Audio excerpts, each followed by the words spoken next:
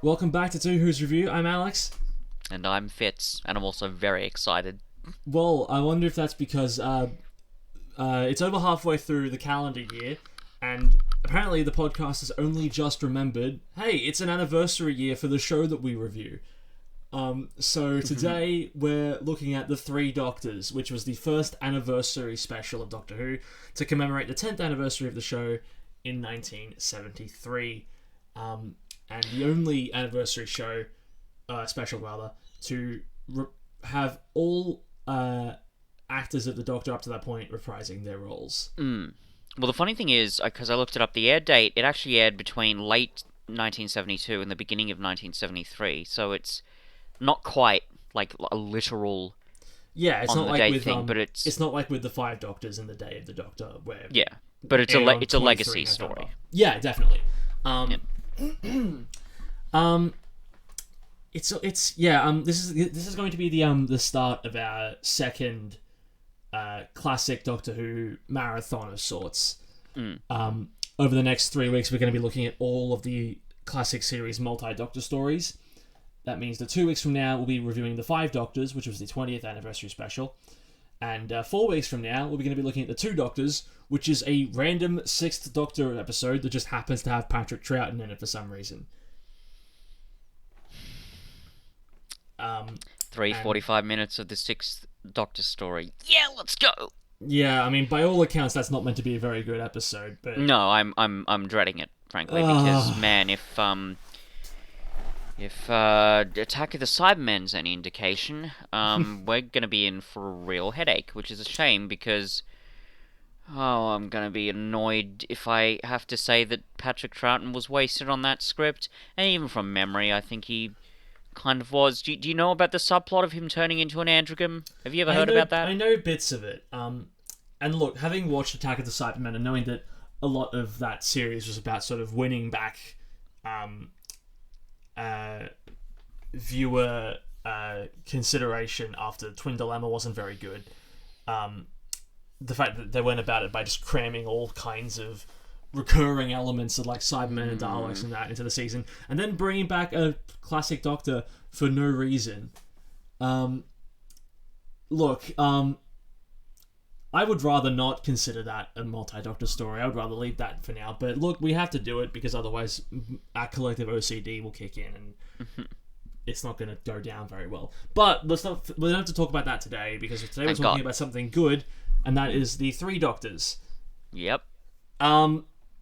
Look, if this is the benchmark for an anniversary special and also a multi-Doctor story, I'm happy this is the precedent.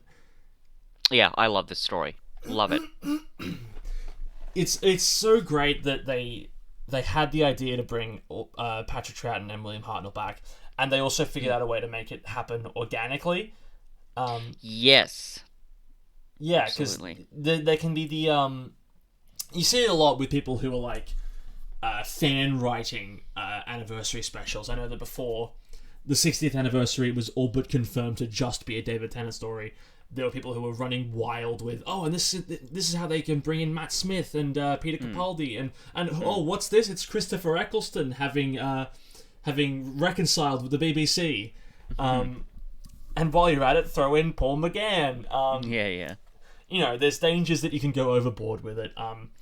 But this handles it in a really, really good way, I think. Absolutely. I don't think... See, I would say that the fan service is used well here, but I don't even think it's fan service because it's all of these callbacks are being really well structured into the plot. Even something as small as the recorder, just all of it is just coming together so well.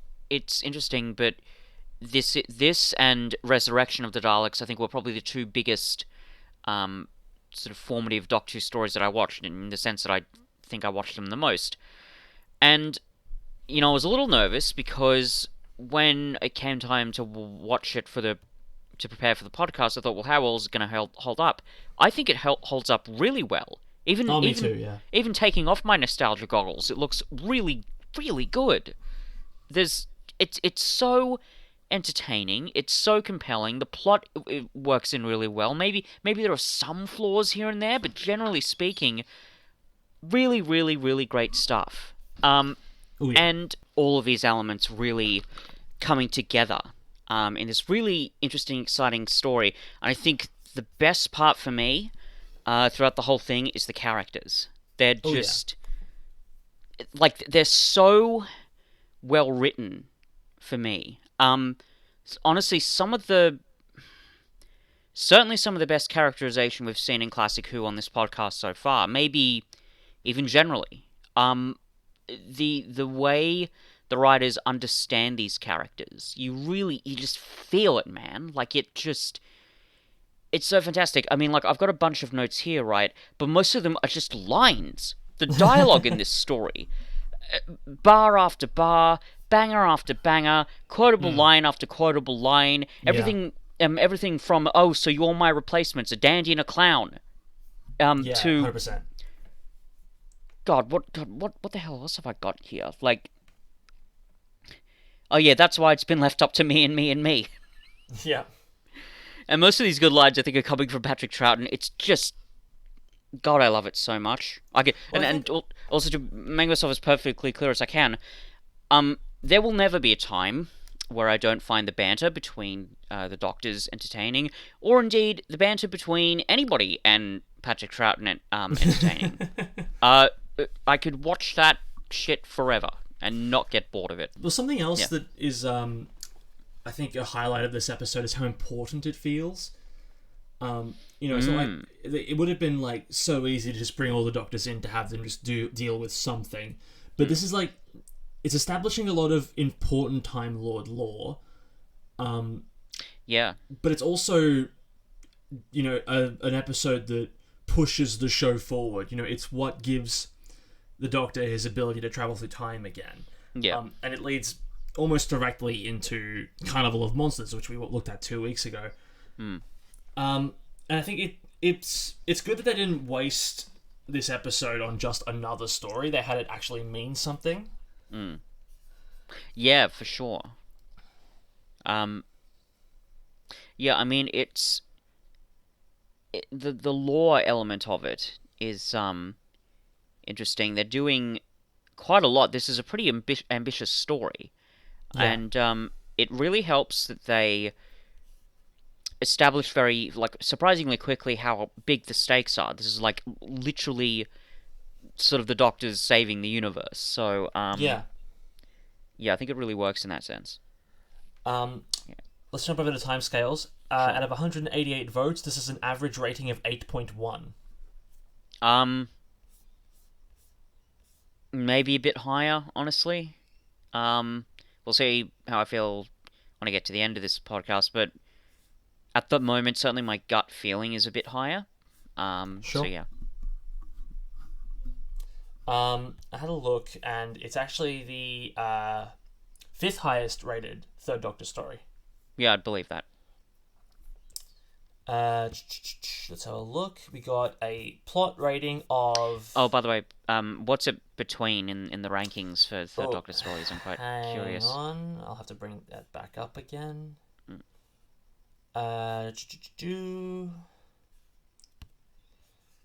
It looks like it fell between the Time Warrior and the Silurians. Yeah. No, that sounds about right. Neat. Yeah. 8 for plot? Yeah, I mean, I think the first time watching it this week, because as I say, I watched it twice, there were maybe some questions I had throughout it, but they all got answered in the end. Maybe there were a couple of, one in particular, slightly weaker plot moments, but it's still a pretty strong plot, so I think... Yeah. I want to say it should be high, but that's about right to me. 8.9 for acting? I mean, yes. Yeah. Like, it's interesting, but there's not really any of the hokey acting that you normally get. I mean, I guess Omega gets very over the top, but it makes perfect sense. Yeah. There's no performance here that feels out of place. Even the smaller characters are performed really well. Yeah, I agree. Even Mr. Ollis's wife is just She's just so endearing. This sweet little old lady doing her own thing, I think it's also good to have like hard and fast confirmation that like when I think it's something that can't be understated. Like the first time you see two doctors actually interact with each other, you really get a sense of like, oh no, these are like different people. Yep, absolutely. Again, they really understand how these characters work and how they can bounce off each other. I It's feel like it could be just something that you could easily just overlook, especially if you're yes, not used to anniversary specials and the concept of doctors interacting. It'd be very easy before this point to just go, yeah, they got different actors, but it's the same person. mm, Only to then be presented with like, oh no, nope, you have thoroughly misinterpreted this show. yeah. It's yeah, it's just great seeing them argue like two brothers. I mean, it's just oh god, that's funny. And really and also just generally really compelling watching them sort of get over their sort of differences for the the greater good Yeah, yeah, is quite compelling as well. Of course, it is a bit of a shame that William Hartnell couldn't be in it more. I yeah. think he was in poor health at this point. Um, I think he'd had a stroke by this point because this was yes 70 late 72 early 73. But when he's there, he's still pretty darn good. Um, Yeah, and I like the reverence that 2 and 3 have for him. yeah, I've always had a great respect for his advice, and it kind of works. Like because you would almost expect them to be kind of almost impetuous, um, to him, but no, they kind of sort of wise up a little bit, which is an interesting dynamic, especially in contrast to the way the second and third Doctor treat each other, Yeah, which is very, very funny. And I must say, even the other characters, the smaller ones, like Sergeant Benton is characterized pretty well. I mean, I don't yeah. know if he's given like a lot of depth, but he still works. Dr. Tyler's quite good. Love the Brigadier in this story. He I don't know if I'd call this like, the strongest Brigadier episode, but No, man, it's still pretty solid. he Again, has they good moments. I'm not sure why they decided to all of a sudden give him this like, oh no, what the doctor's saying can't possibly be true. well, Especially not after all I've seen. He's well, always true, but this time I've decided it's not. I don't mind that much. I don't know whether it's because I've seen more classic stories, but that feels at this point that feels pretty in line, especially given the fact that all of the adventures the Doctor and the Brigadier have been, I think all of them have been on Earth. Even the second Doctor was all, Earth invasions, whether it be the Web of Fear or the invasion with the Cybermen in it. They're all terrestrial, so I think he obviously, he's aware that these extraterrestrial phenomena are possible, and well, not even possible, they exist. But I think being brought to a whole other universe is just beyond the scope of his imagination. And if you look at the way his character progresses, he becomes a bit more open-minded after this point. I think so. For me, it feels right, and it's certainly very entertaining nonetheless. Just sort of watching his brain melt as all of his understanding of the laws of physics just completely get eroded. The bit where they're when they're in the alternate when they're in the black hole and he's like, oh, not it's probably somewhere like Norfolk or somewhere like that. It's just great. And incidentally, the bit where he says, I think that's chroma. Apparently that was apparently it was a an improvised line, which Okay, is kind of neat. cool. I just I really like the Brigadier in this episode, being the fuddy duddy that he is, and just watching him clash, and the way he interacts and reacts to the Doctors, it's just so great. Like when um when he first meets the second Doctor, which is so wonderfully unceremonious, where he's like, Yeah. no, Brigadier, leave it alone. I think we seem to have confused it. I think it thinks it's achieved its mission. And the Brigadier's like, oh no, oh yes, love it, love it um, so much. 7.5 for effects. Eh, Um, I mean, they haven't aged gloriously, even by no, classic but Who they're standards. not terrible in compared to other Doctor Who stories. They used minimalistically enough to not distract from the story. And look, maybe I'm biased because this was one of, as I say, the formative Doctor Who stories that I saw when I was a kid, but I was very easily able to sort of acclimatize myself to what the style of the show is. Even the weird organism thing, the blob. Yes, it looks fake as hell, but I can still really enjoy it. Yeah, I mean, there are a couple of moments that do take me out of it. For example, whenever we see Omega talking behind the mask, I mean the mask, Yeah, and you can clearly see his jaw moving, yeah. but then It's revealed. Yeah, Yeah. supposedly nothing left of him but his will. Sure. That's a bit. Yeah, that's fair. bit distracting, but apart from that, it's mostly fine. Yeah, like they're using green screen like a fair bit, but not to a ridiculous extent. I mean, there's the bit where they're trapped in the little cell, and you see sort of the doorway and what leads to outside, and they're clearly using green screen and not terribly effectively. Sure. But that, it's not terrible. There are also other little bits like the jarring editing that happens when things suddenly appear. There's small, tiny little breaks in continuity. But I think for the most part it works well. Even the weird, Omega's minions, they look weird as hell, but like they're perfect because they're only a monster you could see in Doctor Who, right? Like Yeah. nowhere else you're gonna find something with a design that bizarre. And they're pretty cool. And it's funny to watch literal unit headquarters flying into a black hole at the end of episode 2. And vanishing and just, it is.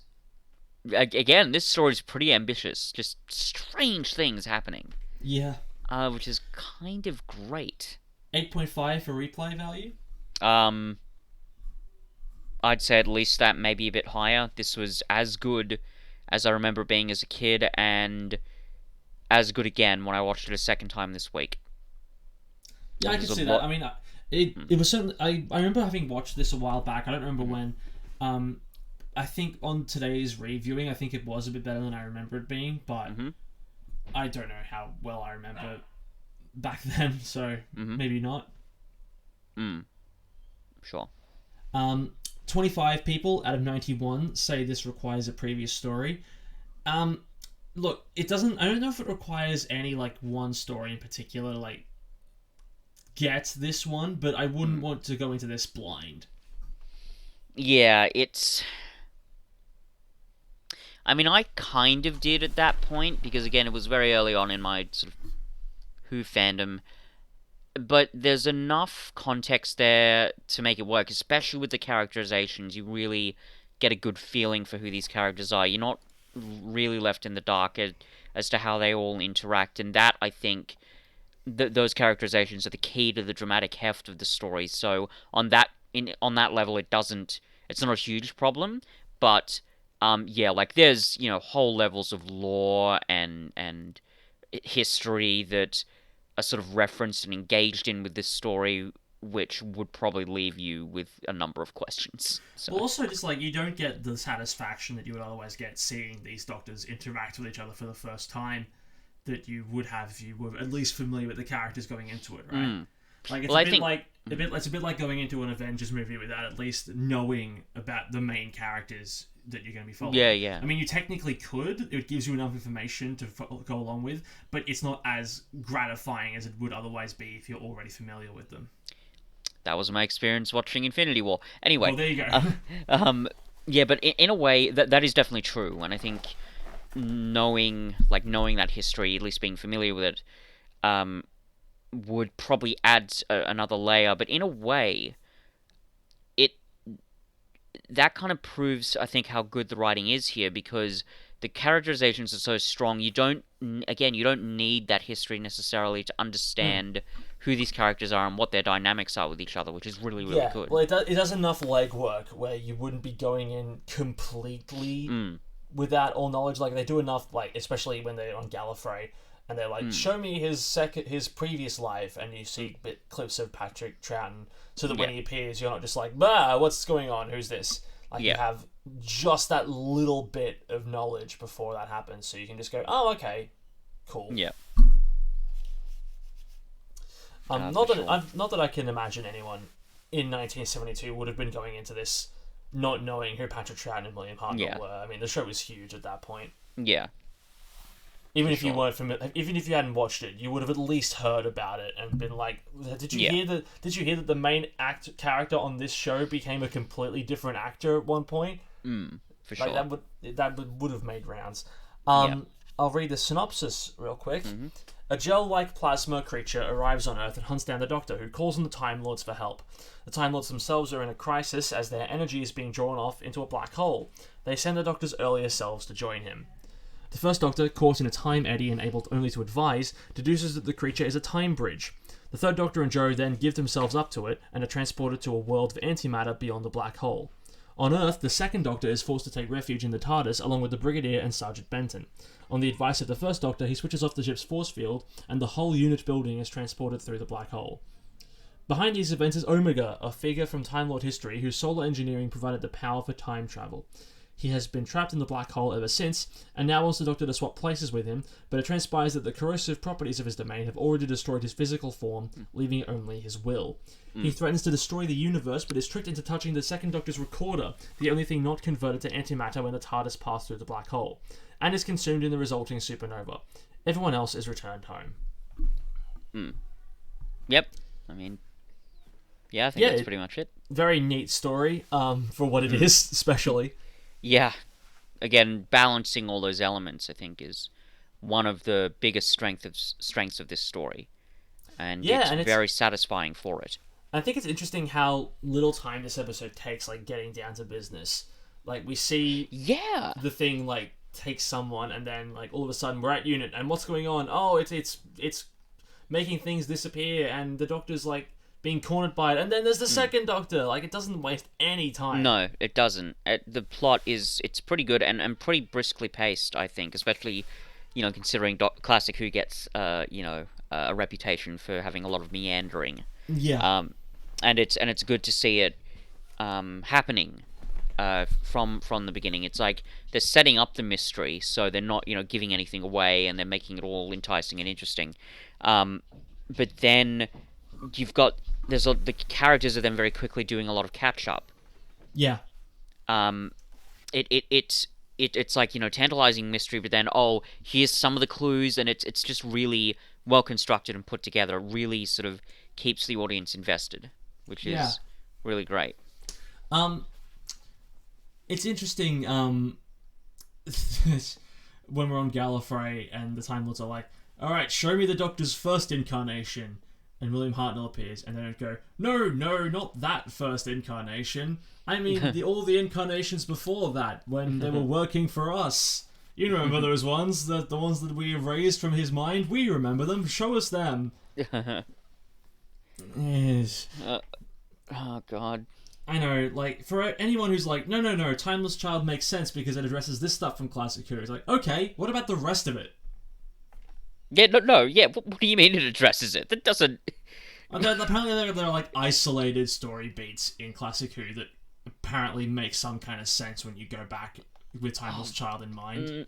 Not But for the really. most, well, I mean, like, I don't know them specifically, but I think there's like a handful. But overall, it does not do anything to acknowledge the majority of the lore that is set up before it. Yeah. And this Speaking is of- another example. Speaking of Timeless Child, Do we have to? well, I'm going to. Correct. I mean, I suppose I'm the one that brought it up in the first place, so I can't really. Yeah, you as the Chancellor said, be it on your own head. Sure. But it's interesting. I really like the way the Time Lords are characterized in this story. This again goes to the biggest strength in this story, which is that the characterizations, they're subtle, but they're very telling and very indicative of of who these people are and what their society is. Like they say, we may become as powerless as those we are pledged to protect. And there's a lot of, I think, disturbing implications of that, because it's implied that the Time Lords, I mean, I know, like, it would be, actually, what episode was it that it was established? Anyway, like, it's established by this point that they don't interfere as a rule, but Yeah. you get the impression that they act as this sort of, intergalactic police, and there's something really disturbing about that. But the good part is with this story, it's kind of undercut because they show how kind of a little bit deceitful and sort of corrupt, and how they have to break even their own rules in order for this whole thing to function at all. Yeah. And I really like those nuances, and it's why those moments with I forgot the commander guy and the chancellor, when they're sort of butting heads, it Yeah. doesn't make it pointless. It gives it a lot of weight. Well, yeah, And definitely. also all links back to the story. You really think, oh well, no, don't, let's break the rules because we've got to save the universe.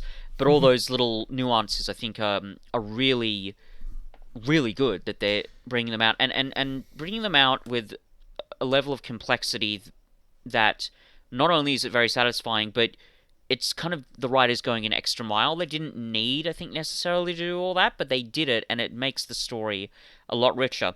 Now, I say all this because it's weird, Cuff, but why would they lie? Why would they do that? Look. Yeah. Yeah. It's not like they're a really old society of very corrupt fuddy-duddy types running around as some sort of universal police where Doing they're what they want in order where to serve their own needs. where they're so worried about losing their capabilities for time travel they have to break their own ironclad rules just to stop the whole thing from collapsing. Yeah, proving It's that not like they're not that's a like thing. proving that not even like strict rules. Like there are no repercussions ultimately to the Doctor interfering, like crossing his own timeline. It's just something that they decided. Well, But I mean, yeah, there might be some of them, but yeah, maybe. like you can still tell that. I mean, I don't know if I could call it a formality, but their by the bookishness is really bureaucratic and frustrating. Yeah.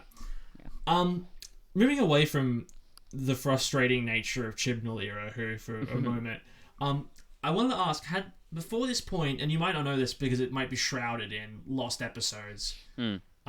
Which incidentally, I saw a report the other day that apparently some new lost episodes have been found. Really, I'm gonna have to look that Yeah, up. or at the very least, there was like some guy was like, I know where they are. Oh God, I hope so. People have been on the hunt for those for ages. It was wild when they found all of I think it was all of it. The Enemy of the World, which had been a lost story for a long time. So yeah, it's Yeah. interesting. See, I'm not sure if this episode does have, if this question rather does have an answer that you can think of. Before this episode, had the show established anything about the way the Time Lord science works, or is the revelation of Omega being the one that worked out how to harness the Eye of Harmony to give the Time Lords time travel technology? Is that all new, or had that been previously established? No, I think it's new. Okay. Um, yeah, and I don't know if it's the Eye of Harmony because I thought that was a Rassilon thing. Anyway, Right. Well, at the very least, at Omega the was like the one that yeah, was yeah, yeah. like, But no, this is a new thing. I figured Yeah, out that we can use dying stars to give yeah, ourselves time travel, and then yes, yeah, Rassilon later on was like, well, I'm gonna put a black hole in stasis or a supernova in stasis yeah, and put it inside every TARDIS. yeah. Yeah, that's right. Because I did have a suspicion at the back of my mind that it was Rassilon that was responsible for the Eye of Harmony specifically. But then when the episode was going on about Omega for a lot, I was like, okay, I guess I'm just mistaken. Maybe it was Omega. Yeah, yeah. But no, if it was Rassilon, then Hmm? I was gonna say if it was Rassilon all along, then I was right. But yeah, the idea of Omega and how they got sort of the power to time travel, yeah, that was a new thing. Cool. I mean, I think like the Time Lords had definitely been established by this point. They showed up most significantly in the War Games, which is Pat Troughton's last story, Yeah. in which they famously banished the Doctor, put him in exile, took away all his memories, and just chucked him on 20th century Earth. So I don't know, to keep him out of trouble, I guess. Yeah.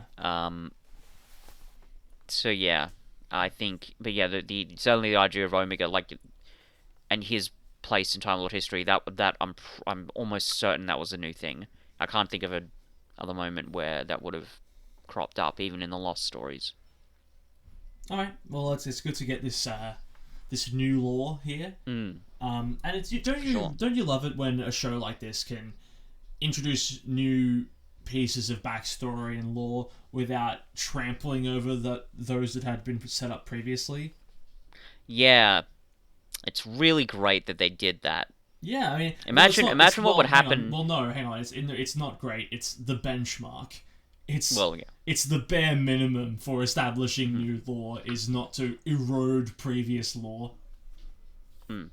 Imagine what would happen if someone, tried to do that but like failed really badly and, made an episode that retconned so much of history it looks really annoying and frustrating.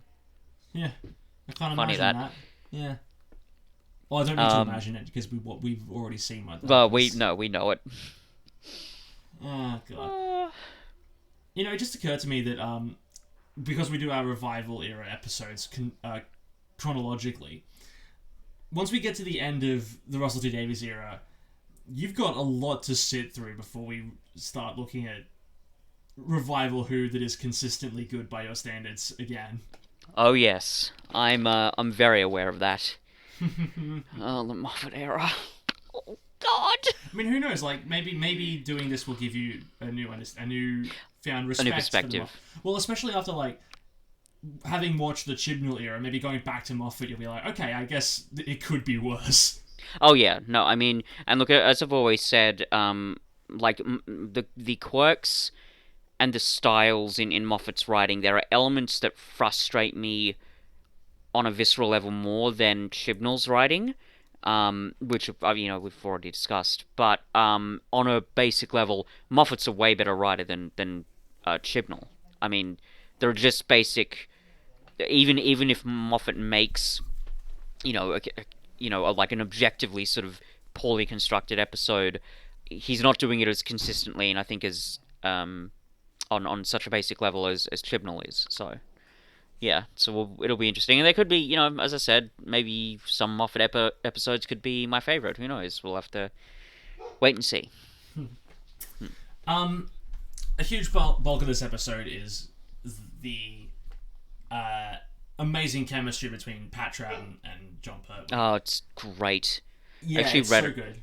I read up this morning just on the TARDIS wiki some trivia, but apparently they didn't. The actors didn't get along very well, Oh. and not least of all because there was some conflict in the different performance styles. So Patrick Troughton, he was much more of an improviser, which kind of comes across in the story, whereas John Pertwee much more preferred to stick to the script, and he apparently got a bit frustrated with that conflict, and it kind of carries into the performances, but it makes them all the more compelling for it, which is kind of great.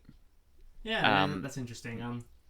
I initially thought it was going to be about characterization of the Doctor themselves, but if it was an acting choice thing, I can see that, because the whole different interpretations of the Doctor as a character is kind of the point of this episode. Yeah, for sure.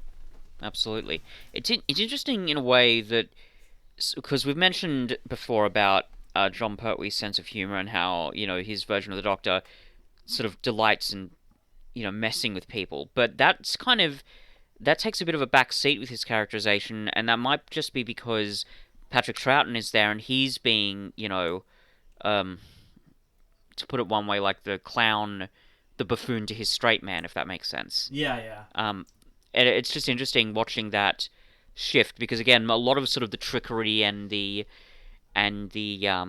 some of the mischief, I guess, you'd expected of the Third Doctor, but it shifted more to the Second Doctor. But crucially, the Third Doctor still feels like the Third Doctor. It's not something it's not something so massive or so absent even that it contradicts his characterization. Far from it, his characterization is very strong. And we do get that one little bit where he does the magic trick, which I just...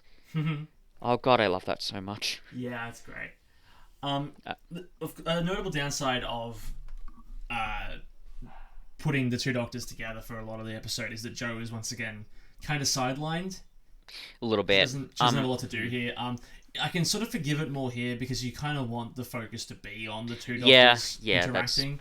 You don't want a companion to sort of get in the way of that, especially because this is the first time that two Doctors are interacting. Yeah, you want a for spotlight. such a long time. Yeah, exactly. Yeah, and the fact is there are already enough talking heads. I think I read somewhere that they wanted to bring other characters in. I think they wanted to bring Fraser Hines back as Jamie, but he had other commitments with Emmerdale, which is some soap from that period. Right. So like the fact that they're juggling all the talking heads really well, but you don't want that cast to be much bigger. And I think because again, you want the Doctor interactions to be a highlight, but of course, what that means is some of the other characters get a little bit sidelined. And Jo, like I still really like her in the story, and there's that really good bit where she's sort of inspiring the Doctors to think, well, you're two Time Lords, you should be able to match Omega's will. Why do you think the Time Lords brought you here in the first place? And that's Exactly, really yeah. great. But yes, it's a shame that she kind of takes a bit of a back seat. Because a lot of these sort of, maybe not all, but some of the let's get things done decisions are mainly done by the Brigadier, which makes sense because he's, the Brigadier. But it's just a little bit of shame to see Jo sort of, taking a bit more of a back seat. So, yeah. I was about to ask, and foolishly, if this is the first time we've seen a Time Lord as the main villain, but no, we on this podcast have already seen the Meddling Monk in action, so... And the Master, in fact. The Master was firmly established by this point. Yeah, of course, I'm an idiot. But I think it's the first time we've seen, like, an antagonistic Time Lord directly take on Time Lords in general. Yeah. I mean, the Master would go on to do that, but not at this point, I don't think. I can't think... Again, like, obviously the Master was a fairly big villain at this point, and was a considerable foe for the Third Doctor, but I don't think there'd been any time where the Master was, facing off against the Time Lords or trying to rebel against them that much. Certainly, I don't remember any point where, like, what is it, the Master in the Deadly Assassin says, what is it, I will rid the universe of this paltry planet or something like that. Sure. So there's, that element, certainly I don't think it had been explored to this extent, and Omega is very, very good in highlighting that. He's a really great villain conflict for the story. Yeah, he's really good. I really, really like him.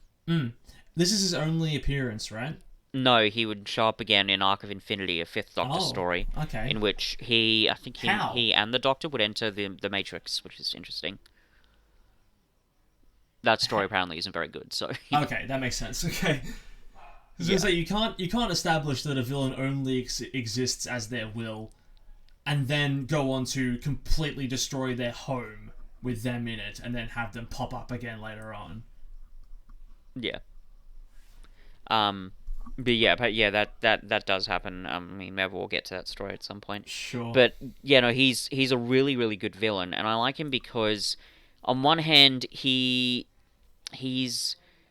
kind of a classic Who villain in that he's one of these sort of megalomaniacal, very melodramatic, ranty characters, but he's not a caricature.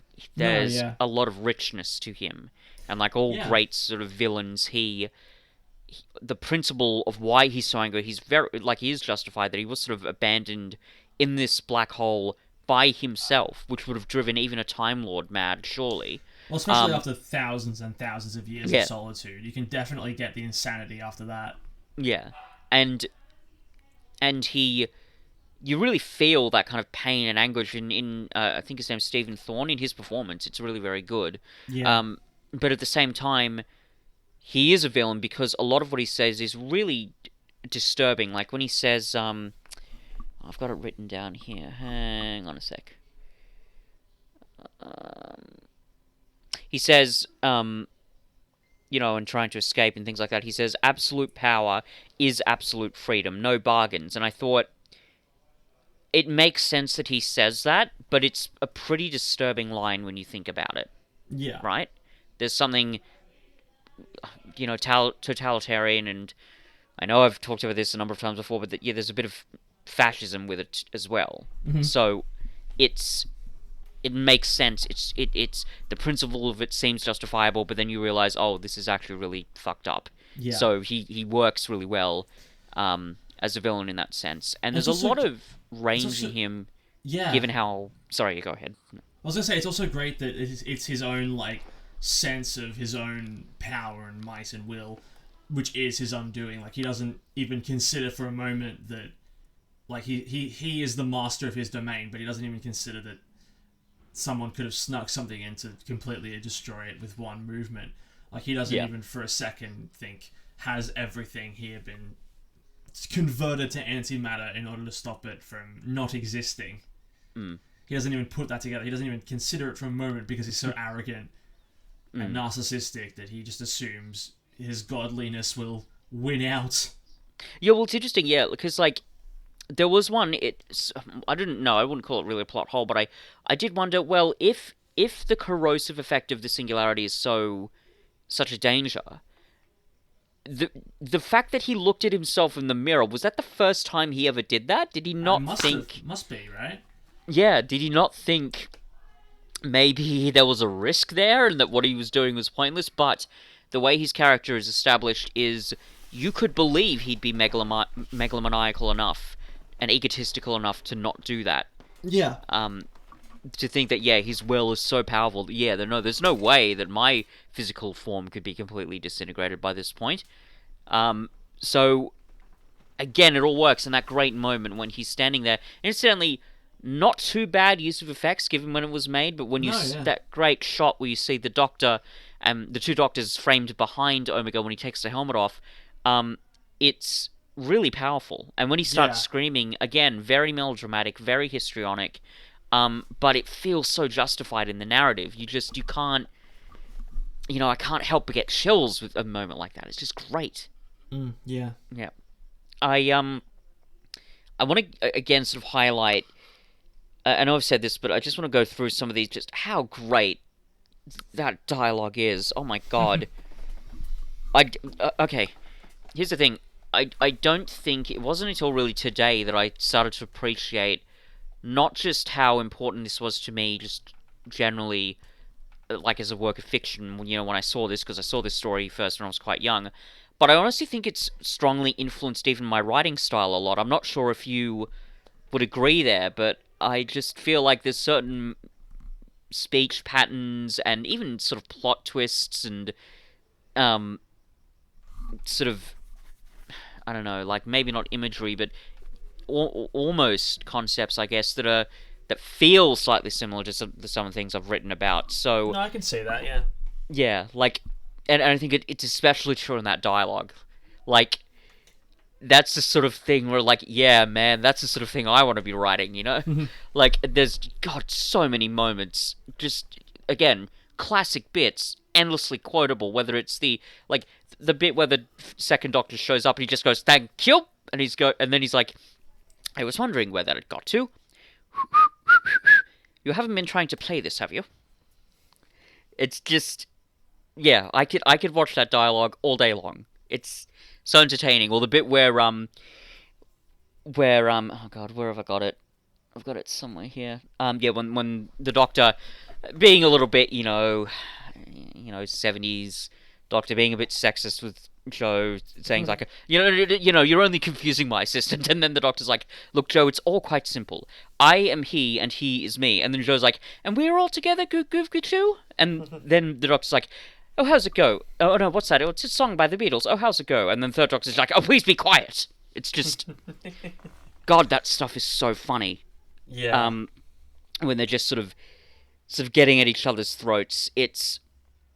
Oh, maybe it's not that intense, but, like, when they're really bickering, it's so funny. Even when they're arguing about, the image fading and the Third Doctor's blaming the Second Doctor, it's... really wonderful. And again, these bits of dialogue really work, I think, because they do what good dialogue is meant to do, which is that it shows rather than tells. There's a great bit later on where the Doctor's just set up the machine, and the Brigadier says, oh yeah, come on, Doctor, I've got the leaders on video call, time for you to come and explain yourself. And he's like, oh no, well, I've just set this thing up. And then the Brigadier's like, oh, I've explained it. You're his assistant. And the Second Doctor's immediately just like, what? And I love that because it's so fucking childish. It's so immature to do that. But it's done with that wonderful level of irony that we're laughing at the Doctor as much as we're laughing with him. Yeah. And it's just again so many little moments where you get the feeling that the writers really understand these characters and know how to drain, every last sort of drop of nuance and humor and heart really from them. But also Even combining that with a really stellar narrative as well. yes, Like exactly. the just the setting up constantly of like the rules of antimatter and matter, which you're initially on a first watch through, you're thinking that's just there so that they can, you know, fumble their way through justifying why they're in a black hole. But then it actually becomes crucial to the resolution when they bring matter and antimatter in contact with each other. Yeah. It's because yeah, you could argue that in the first half you might think that oh this is just the typical sci-fi mumbo jumbo that we hear about in Doctor Who a lot. It similarly to sort of similarly to the Leisure Hive with all the explanations of tachyonics. Like yes, that thing is important, but you on reflection you realize all the explanations on how it works. You wonder how important that was because it's so technical. It's a bit jarring. But here, all it is quite technical, but it is all really important. We see the impact of this sort of these scientific concepts, which is really, really satisfying in the narrative. Um, as you say, it all really sort of just comes together effectively. The plot itself, I think, is quite strong and is very well constructed, and they bring all of these elements together. Even again, the recorder, because I think I remember like the way that it's framed in the plot, like how important it is. I remember thinking, oh, is it as good as I remember it being? Maybe it's a little bit flimsy, but no, it works pretty damn well. Yeah, I mean, if you're gonna have an object be crucial to the resolution, you might as well have it be a nostalgic object that can only exist because of the nature of the crossover. Yeah, yeah. Again, this is why I say I don't really think a lot of this stuff is just fan service because it does No, work in no. the plot as well as it Yeah. does. Also, small little thing, but then another great bit of dialogue when the second Doctor's like, "Oh no, not my recorder," and then the third Doctor's like, "I'll get you another one. I'll get you 100. I'll give you 1,000 of them." It's just again endlessly entertaining. Yeah, I mean, Really that's really just, fun stuff. I there's not a lot more I really can really think of to comment on this episode. Like, it does what it does, and it does that incredibly well, and it does that for the majority of the episode. Like, there's no there Sure. are massive story swings, but there aren't really like But they it's one of all the few classic Who stories where it's come like together. the narrative progresses throughout each episode, and yeah, it's the one thing I will comment on is like the assault on unit by the massive sort of camo creatures, I'm gonna Antimatter call them, thing. because it looks like Yeah. it looks a lot like they're wearing sort of camouflage gear but red. It it's treated as a big deal, but it gets to the point where it's like the back half of episode 2, and it's like the brigade is trying to contact him, and it's like, oh yeah, I forgot that was happening. Like, as well constructed as the narrative is, it does kind of drop that plot thread for a long time before it becomes like important again. Which I know, could I'm not sort of I'm not believe the it biggest- works, but yeah, no, I'm not the biggest. It's the kind of thing where it wasn't a big deal until I was like, oh yeah, I guess. But I think it would have been nice to have a bit more of like a steady assault on unit, as opposed to like they appeared halfway through episode 1 and then we're reminded of them Yeah. 2/3 of the way through episode Yeah. 2. sure. No, that makes sense. I mean, nice use of pretty cool action scenes. You got the unit blasting the guns away at the creatures. It would have been fun, I guess, to see maybe more of that, both obviously on the spectacle level, but also yes, in the narrative consistency level as well. Yeah. It's not massive. It doesn't bother me terribly, and I can just believe that. Oh yeah, no, let's just hope that that our tactics are better. Yeah, no, the Brigadier's men, they're just that good. Yeah. So yeah, but I don't blame you for bringing that up because yeah, it's Sure. on reflection certainly it's a bit of a slight dip. Speaking But of one dips, thing, sorry, but one more thing I'll Yeah, go add is it's obviously a shame that William Hartnell couldn't have been used more, but I really enjoy how they used him. Not just for the sake of like giving advice to 3 and 2, but also like we get a couple of instances of 3 and 2 doing their like empathic telepathy Yeah. to get on the same page, and they do it a couple times. But then like the first time that the first Doctor joins them on that, it feels like a really big moment. Like that's like right like halfway through episode 4 when they first do it, and it really feels like, okay, this is what we've been building towards. Like they're finally all 3 of them on the same page. Yeah, absolutely. And yeah, the full despairing use of the first Doctor. Whenever he shows up, he's used to really good effect. Yeah, he really sort of helps with the narrative, and also keeping that sort of wry humor and again, that classic line, "Oh, so you're my replacement's a dandy and a clown." I just, great stuff. But yes, the way he's used in the narrative works really well, and it's great because that could have been so much worse. In terms of just having him in, and again, it's obviously difficult because he couldn't participate as more than he did. But the fact that it was integrated into the plot as well as it is quite commendable. It's it's better than what they did with Tom Baker and the Five Doctors. Let's put it that way. Anyway, that's a whole other thing. Something else I want to bring up, another dip in the narrative. I enjoyed this scene, but it was a bit narratively unsatisfying. The insanely bizarre nightmare sequence where the Doctor's fighting the dark side of Omega's mind. I almost forgot about that. Now, I have two conflicting feelings about that. On one hand, it is a flaw because, like a lot of classic Who cliffhangers, it gets resolved immediately after it happens in episode 4. Yeah. And very simply, it's literally just, "Oh no, Omega, no, don't do it, stop, don't, come back, don't kill him." And then Omega's just like, "Okay, yeah." And then the only excuse they can think of is like, "Now you see the real power of Omega." And I'm like, alright, okay, this is what we're doing. Not great, but alright. But, as I've said with a lot of elements in Classic Who, I love it because of how bold it is, and the risks that they're taking stylistically. Man, that scene is wacky as shit. Like, even by Doctor Who standards, that scene is bizarre.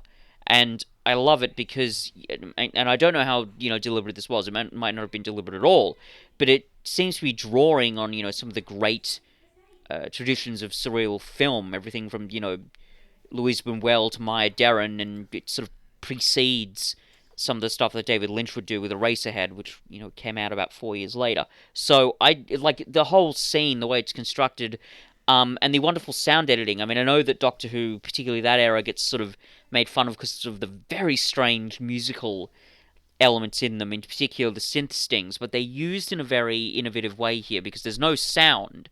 No actual sound in the scene. There's just the sound of the synth stings coordinated with the fight. So using that in such an interesting, bold way, I love it. Again, it's flawed. Yeah, it's not definitely amazing, but I love the fact that it's there anyway because I just, I'm a sucker for that sort of thing. So well, I'll also say I'll add 2 things. Like I'm not sure if either of these were the intention. I'm sure one of them was. First of all, it's a way of showing why they need more than one Doctor to defeat Omega. Just a nice little thing where this guy's more powerful than a Doctor. Yeah, sure. Albeit a weird way of depicting it. Yeah. But also, it's a nice way of harkening back to the combative nature of the third Doctor, like the hands-on martial arts style that the first Venusian, 2 Doctors don't have. The Venusian, Akita. Yeah. Yeah.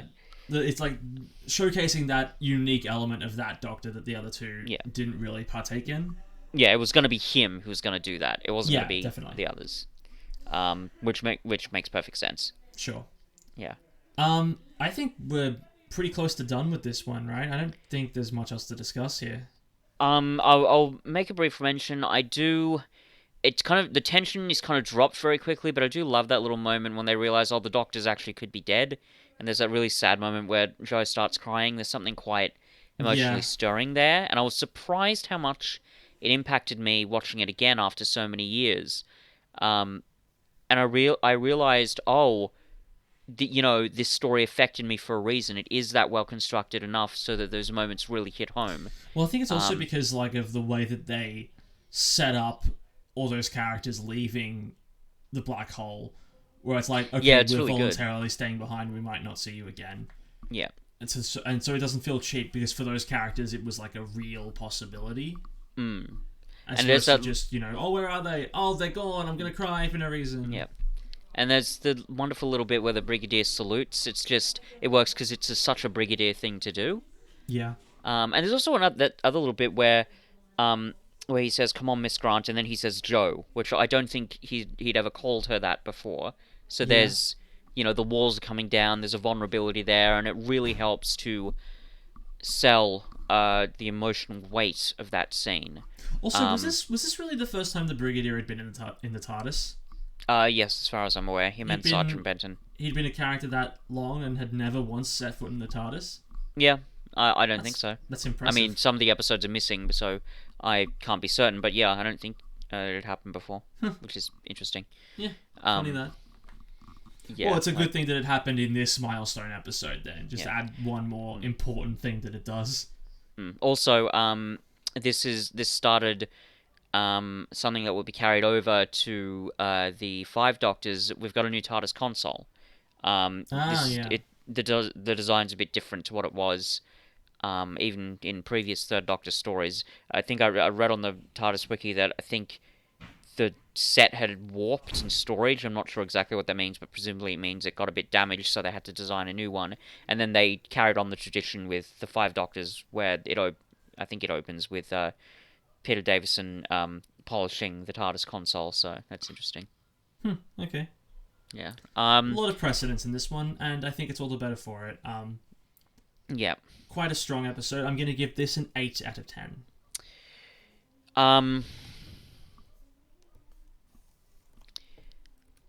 I think I'm going to give it a 9, honestly, for me. Ooh, interesting. Because again, as you said, there are flaws with it. Even beyond the special effects, yes, the narrative, it's not maybe as strong as I thought it was. But for me, while those elements are worth acknowledging, they're certainly not enough to take away much else from the story. And the bits that I like about this story are so great that there's part of me that wants to be a bit harsher, but I just can't. I can't bring myself to do That's it. fair. And I know that, like, maybe my nostalgia goggles are coming in here, but I don't think they are. No, I don't think they are. Awesome. Sorry, yeah, my dad just came in with dinner. That's fine. Anyway, yeah. That's the end of our first multi-Doctor episode review. For Classic Who, anyway. We've already looked at Power of the Doctor. Yeah. But it's a really great story. Absolutely. I think. And if this is setting the bar, then it sets it really well. Oh, absolutely. We're about to see how well future multi-Doctor stories do at reaching or exceeding the bar, potentially. In 2 weeks, we'll be looking at the Five Doctors, a massive hour-and-a-half long 20th anniversary extravaganza. But before sorry, go ahead. Oh, sorry, yeah, no, it was an hour and a half long. I'm thinking of something else. Never mind. Cool. Next week, however, we're back on Revival Who with the incredibly polarizing Love and Monsters. Should be interesting. Yeah, that'll be good. It's going to be an interesting discussion, to say the least. Until then, I'm Alex. I'm Fitz, and to end, I'd also like to put in one more quote here because I found it so funny when the second Doctor says to Benton, he says, "Do you know, Sergeant, I think our friend has gone off the boil, so to speak." Classic.